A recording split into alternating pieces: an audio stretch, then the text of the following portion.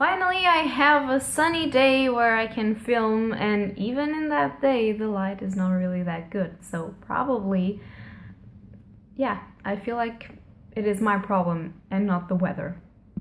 Hello beautiful bookworms, my name is Katarina and welcome to my channel. So today I decided to do something that I really enjoy doing, and my hair decided now it was a good moment to be terrible, and that is to make a book tag. So this tag is called genre buster tag, yeah, and I got this inspiration from watching a video by Derby Lane Reading, so I'll leave the link to her channel down below. Unfortunately, I have no idea who created this tag, but I think that she left a link down below for that, so I don't know.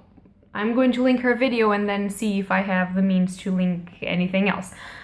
So I got a little bit inspired for doing this because of her answers. I really enjoy them, and I decided that I wanted to answer it too because, as per usual, I was not tagged to do this, and I actually enjoy doing tags without being tagged because I think that is actually kind of funny to do. So without further ado, I'm going to answer these 7 questions about genre, bookish kind of things, okay? So get ready with me. So the first question is, do you prefer books that develop characters in depth or with fast-paced plot? And I don't know why for some reason those two would be exclusive, or maybe I'm just reading really good books in this aspect. But I am a very character-driven person. I do enjoy when the character is really developed in depth, but also I like that the pacing corresponds with the story. And what that means is that normally when I'm reading, I can feel when a story is supposed to be like fast-paced or when a story is to be slow-paced, and when the fast-paced seems odd or when the slow-paced seems odd. But for me, I do prefer having character development in depth because I enjoy my characters and that's what I live for. But obviously, if you can detect some weirdness in the plot pacing, that won't be as much joyful for me as it would be. But obviously it's not like I am not one of those people that care if it is a slow-paced book. I actually enjoy slow-paced books if obviously there are interesting characters or interesting world buildings that would obviously be on top of the fact that it is slow, because it is slow because it is explaining something to you and not just because it is slow. So that's that. Question number 2 is, do you prefer lighthearted, optimist books or books that explore the dark side of life? And I'm looking that way because I have the questions written in there as per usual. And I have to say that I don't read books to laugh. Normally I read dark, twisted stories or sad stories or stories that encompass some sad events like wars, because I read a lot of fantasy, or well, bad things that happen in classics, like when you have this romance that is not going well, or when you have economic needs or something like that. I don't know, I don't enjoy seeing people suffer, but I do enjoy where there's some challenges, some hardness, some hardship in life, some things going wrong. Like, I don't read books to laugh. I know that a lot of people actually enjoy laughing in books, and they actually give prizes to the best book that made them laugh and stuff like that. I don't have a lot of those. I laugh more reading manga, but at the same time I also enjoy a dark, deep, twisted manga. So I am not normally a very happy person in what regards to reading. I preferably enjoy something that is very deep and dramatic and really dark and twisted. Question number 3 is, do you like books that get straight to the point or books that challenge language and style? And I have to say that I like both, and it depends. Because preferably with manga, for instance, because they are shorter, or with graphic novels or something like that, because they are shorter and I enjoy seeing the images depict and the art style. I would prefer that it got kind of straight to the point without a lot of deviations, because I don't know, I like just seeing stuff going straight to the point. Although obviously, as I said in the first question, I enjoy having character development and I like it to develop and to have those kind of I don't know if you read a lot of manga, but sometimes in manga or graphic novels you have those monologues or those internal thoughts and stuff like that, and I do enjoy that, but I prefer them when they go straight to the point and when they don't stall a lot. But when I'm reading books, like normally I like them to have a plot, but if they stray a little bit for it, if they do some flourish writing, for instance, we have a Portuguese author called José Saramago, and he doesn't use punctuation, like ever. And the story does go straight to the point, but it fluctuates a lot because you don't have punctuation and you never know where you are, and it's very difficult if you stop in the middle of a chapter.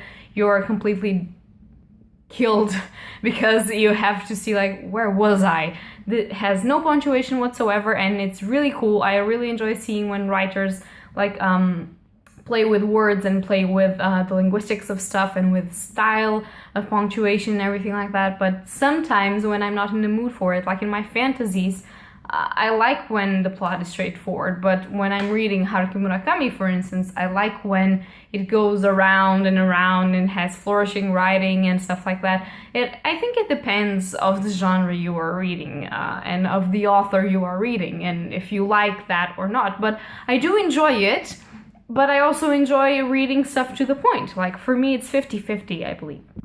Question number 4 is books that introduce you to new ideas or books that purely mean to entertain. What do you prefer? And for me, I don't think that there are books that are only to entertain. And if there is, I have never read such a thing, because normally pretty much all of the books that I read teach me something. Whether it's something about other times or other worlds that don't actually exist or that do, or something about people and morality and ethics and other stuff, or about war, or about weapons, or about, I don't know, feelings. Or I believe that every single book has something to teach, and if it doesn't, then I'm not really sure that I'm able to read it. Like, I don't know if you're understanding what I'm saying.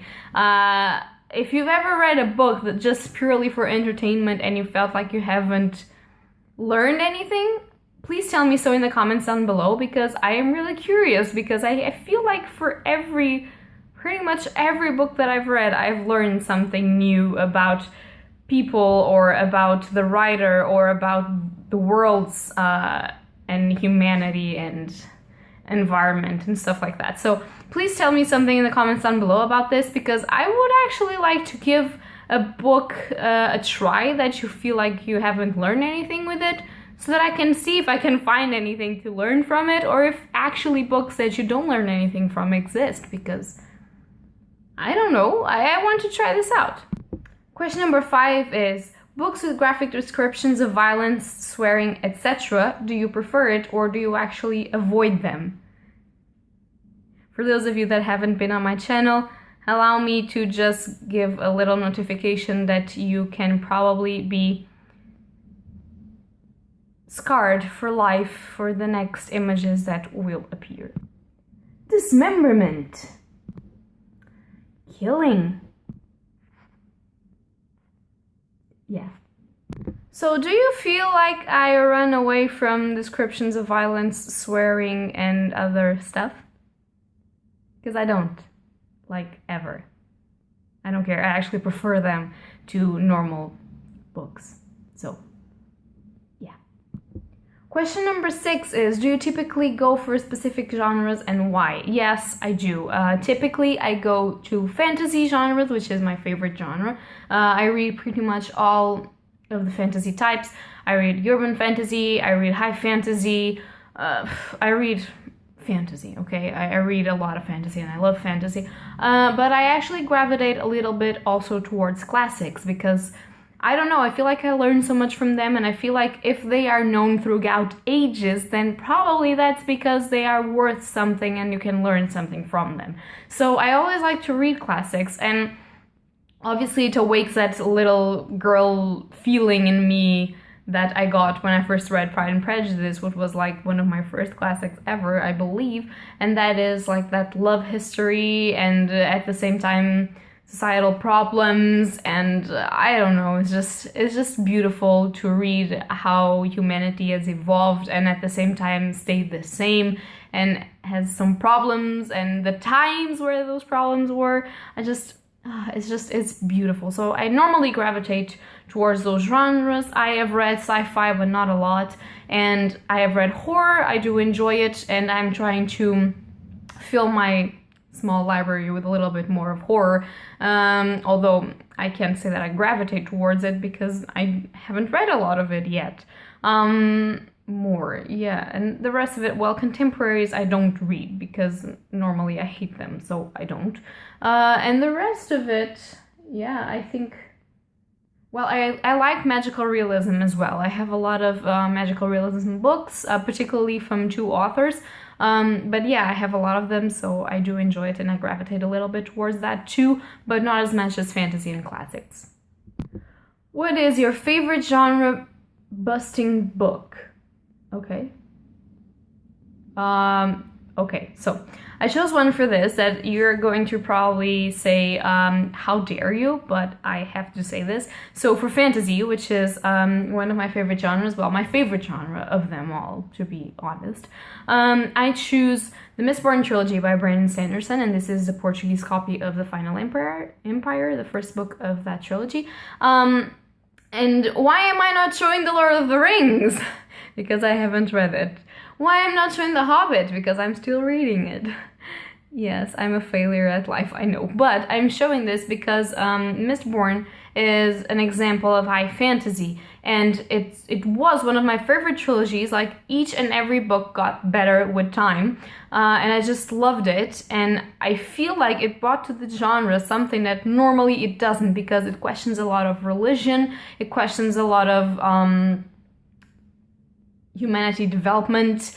It has so much world building. It is not apologetic for what it is, and it is not afraid of murdering your heart just right off the bat in the first book. And it's just amazing, such an amazing writing for fantasy. And I think that if you pick this up, you will find yourself a new lover of fantasy, even if you don't want to. And I know people that don't actually like fantasy, that read more contemporaries, that I've heard here on BookTube, that actually picked the Mistborn trilogy and they started loving fantasy. So, and for high fantasy, it's not that difficult to get into, so give it a shot. The Mistborn trilogy is really amazing, and for me, it's the epitaph of high fantasy for now. I have to read The Lord of the Rings yet, but for now, the Mistborn trilogy.